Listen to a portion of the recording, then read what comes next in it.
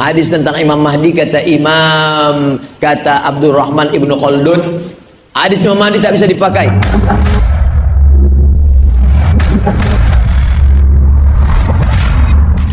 Warahmatullahi wabarakatuh. Jumpa lagi di Azur Slim Channel, channelnya motivasi Islam. Banyak berita tentang kemunculan Imam Mahdi.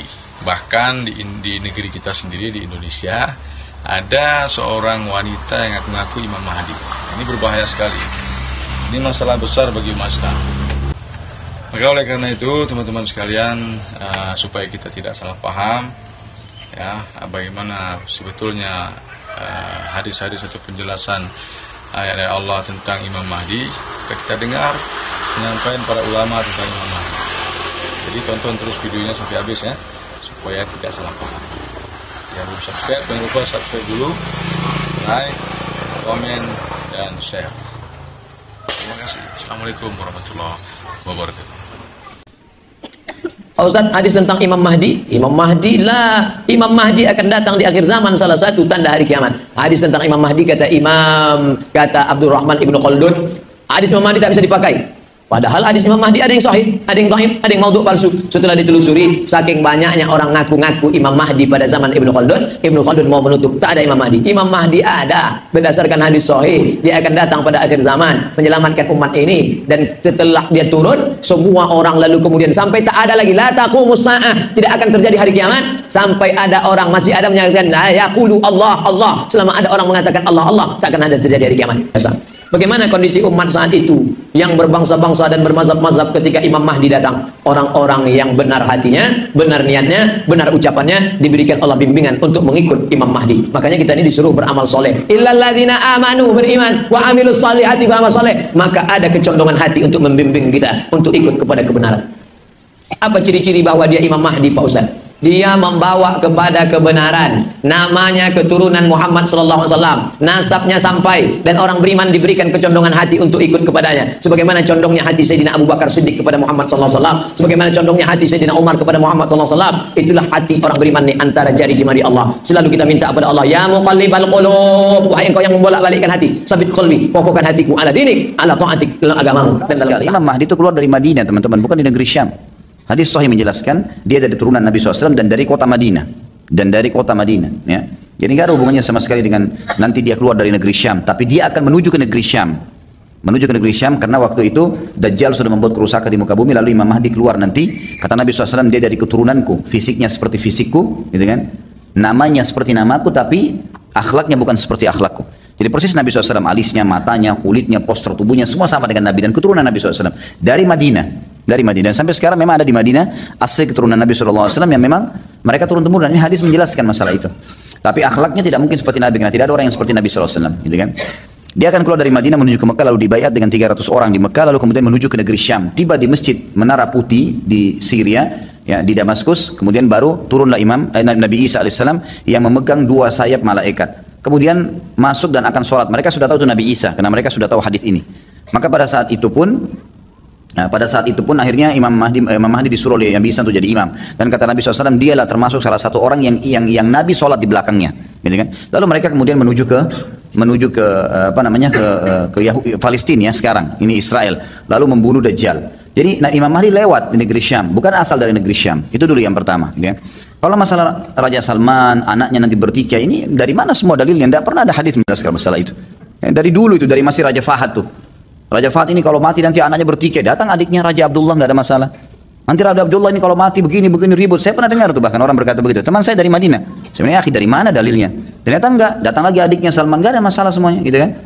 Dan saran saya nggak usah repotin diri dengan ini, nggak perlu. Ada terjadi sesuatu nanti ya sudah kita hadapin pada saat terjadi. Tiba masa, tiba akal, gitu kan? Udah nggak usah repot-repot. Sekarang jalani ibadah, teman-teman sekalian. Ibadah, maksimalkan apa yang bisa kita kerjakan. Kalau terjadi sesuatu yang dibutuhkan tenaga kita siap, gitu kan? Seperti itulah simpelnya.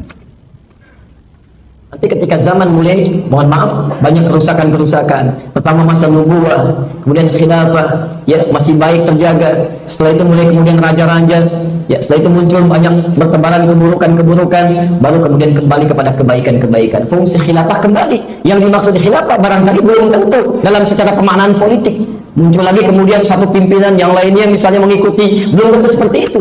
Yang dimaksudkan bisa jadi maknanya umum. Semua orang ingin berusaha untuk kembali pada ajaran Al-Quran dan Sunnah Rasulullah SAW. Dia pengen belajar dengan benar. Yang dulu makmur diartikan rame. Kalau pengajian rame itu senang. Kalau cuma rame jangankan di masjid, di pasar rame, di alun-alun barusan rame. Bukan rame, makmur itu bermanfaat. Dewan Kemakmuran Masjid. Innama ya'muru masajidallah. Quran surah 9 ayat ke-18. Yang dimaksud banyak manfaat yang dilakukan.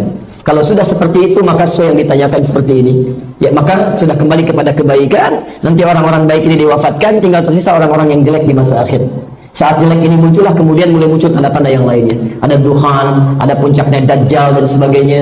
Kalau sudah seperti itu, maka puncak terakhirnya adalah turunnya Al-Mahdi. Ya, itu dalam kajian nanti yang lebih jauh lagi. Tapi intinya, apa yang sudah kita siapkan untuk menuju pada kebaikan-kebaikan, menuju pada Allah Subhanahu. Semua Ahlus Sunnah wal Jamaah tanpa ada satupun perbedaan, bahwa semua Ahlus Sunnah wal Jamaah yakin dan percaya akan kedatangan Imam Mahdi. Tidak ada satupun dari kalangan Ahlus Sunnah yang menolak tentang kepastian kedatangan Imam Mahdi. Jadi kalau ada kelompok yang tidak yakin dan tidak percaya dengan datangnya Imam Mahdi, dia bukan Ahlus Sunnah wal Jamaah. Jadi Imam Mahdi ini kedatangannya sudah diberitakan oleh Nabi kita Sayyidina Muhammad Sallallahu Alaihi Wasallam melalui hadis-hadis mutawatir, hadis yang disampaikan oleh para sahabat, tabi'in, tabi'in dengan jumlah yang banyak sampai kepada kita, sehingga tidak pantas lagi untuk diragukan kesahihannya karena derajatnya sudah mencapai tingkat tawatur. Nah, kemudian yang kedua, masih soal Imam Mahdi. Yang menjadi keyakinan Ahlus Sunnah adalah sepakat bahwa Imam Mahdi merupakan zuriyah Nabi kita Sayyidina Muhammad Sallallahu Alaihi Wasallam. Dan ini sekaligus menjadi bukti, sebagaimana tadi disinggung oleh Al-Ustadz Al-Habib Ali bin Hasan, yaitu Al-Bahar, bahwa keturunan Nabi kita alaihi salatu wassalam tidak akan terputus sampai hari ini, saudara. Nah, salah satu buktinya adalah ini, di mana Imam Mahdi nanti akan datang dari zuriyah Nabi. Kalau ada kelompok-kelompok yang mengakui seseorang sebagai Imam Mahdi, padahal yang bersangkutan bukan zuriyah Nabi. Kalau ada kelompok-kelompok yang mengklaim pimpinannya sebagai Imam Mahdi, sebagaimana sering terjadi di zaman kita sekarang ini, ketahuilah bahwa mereka bukan Ahlus Sunnah wal Jamaah. Jadi Imam Mahdi tidak akan datang dari keturunan yang lain kecuali dari keturunan Nabi kita Sayyidina Muhammad Sallallahu Alaihi Wasallam. Nah, kemudian yang ketiga, masih soal Imam Mahdi, bahwa Imam Mahdi, Nabi mengabarkan ismuhu ismi, kata Nabi. Nama Imam, kata Nabi, nama Imam Mahdi itu sama dengan namaku. Nah, nama Nabi kita adalah Sayyidina Muhammad, berarti Imam Mahdi juga bernama Muhammad. Nah, kemudian selanjutnya ciri Ahlus Sunnah seperti Imam Mahdi yang keempat, yang merupakan ciri Ahlus Sunnah wal Jamaah yang ke-56, bahwa Imam Mahdi pasti akan memimpin dunia. Karena begitulah hadis yang datang dari Nabi. Imam Mahdi itu akan memimpin dunia, akan menegakkan khilafah. Ini suatu kepastian, merupakan dalailun nubuwah. Ini merupakan bagian daripada bukti kenabian Nabi kita Sayyidina Muhammad Sallallahu Alaihi Wasallam yang akan terbukti di kemudian hari. Karena kalau Imam Mahdi itu datang, dia akan melakukan tugasnya sebagaimana sudah ditetapkan oleh Allah Subhanahu Wa Taala, dan dia pasti akan memimpin dunia. Karena dalam satu hadis tegas Nabi mengatakan, akan datang dari keturunanku yang akan memimpin dunia dan memenuhi dunia dengan keadilan. Dia akan memimpin dunia Islam. Jadi semua umat Islam akan disatukan. Pada saat Imam Mahdi ini muncul, saudara, umat Islam dari berbagai macam kalangan semua akan bersatu, berjuang di bawah pancinya, insya Allah. Tadi penjelasan dari para ulama tentang kemunculan Imam Mahdi.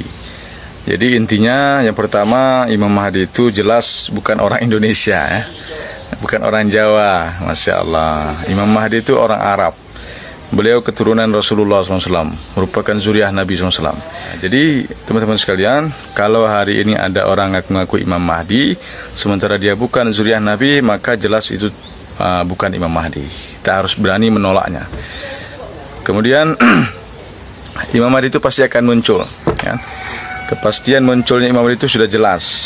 Suatu saat nanti beliau akan muncul. Tapi yang menjadi masalah adalah apakah nanti ketika Imam Mahdi muncul, kita nanti berada di barisan beliau atau tidak. Jadi permasalahannya bukan soal Imam Mahdi muncul atau tidak, karena Imam Mahdi pasti muncul. Yang menjadi permasalahan adalah ketika Imam Mahdi nanti muncul, apakah kita berada di posisi atau di barisan beliau, atau justru kita adalah orang-orang yang membelakangi beliau. Dalam arti, kalau kita tidak berpihak kepada Imam Mahdi, otomatis kita berpihak kepada musuhnya Imam Mahdi. Na'udzubillah. Maka oleh karena itu teman-teman sekalian, mulai dari sekarang, kita mesti buat persiapan. Persiapan apa? Persiapan iman, amal, ketakwaan kita. Bagaimana semakin hari kita semakin dekat dengan Allah.